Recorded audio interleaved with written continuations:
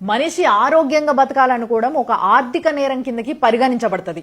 లేకపోతే 100 కోట్లు ఖర్చు పెట్టి హాస్పిటల్ కట్టేటోళ్ళు ఏం కావాలి, కోట్లు కోట్లు ఖర్చు పెట్టి డాక్టర్లు చదివి డాక్టర్లు అయిన వాళ్ళ గతి ఏం కావాలి, ఇటు జిమ్ములు, న్యూట్రిషనిస్టులు, డైటీషియన్లు వీళ్ళందరూ ఎటు పోవాలి.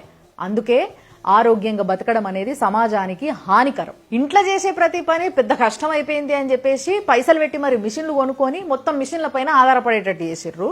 తర్వాత ఆరోగ్యాలు పాడైతున్నాయని చెప్పేసి మళ్ళా పైసలు కట్టి జిమ్లలో జాయిన్ చేసి అక్కడ తీసుకుపోయి ఇంట్లో చేసుకునే పనులే చేపిస్తున్నారు.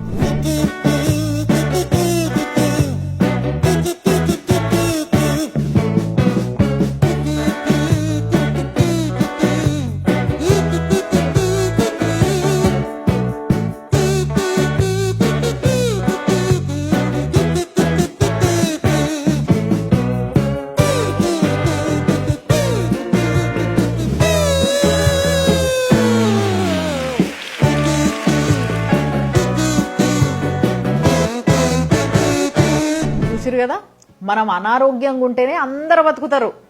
అదే ఒకవేళ మనం ఆరోగ్యంగా ఉండడానికి ట్రై చేసినాం అనుకో, అది ఆర్థిక నేరం కిందికి వస్తుంది అన్నట్టు.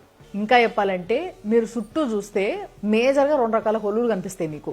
ఒకటేమో మన ఆరోగ్యాన్ని చెడగొట్టేటోళ్ళు అన్నట్టు, అంటే సిగరెట్లు, మందు, జంక్ ఫుడ్ ఇవన్నీ తయారు చేసేటోళ్ళు, అవన్నీ తీసుకొచ్చుకొని షాపులలో పెట్టుకొని అమ్ముకునేటోళ్ళు, వీళ్ళందరూ మన చుట్టూ ఓన్లీ మన ఆరోగ్యాన్ని పాడు చేయడానికే కష్టపడుతుంటారు అన్నట్టు.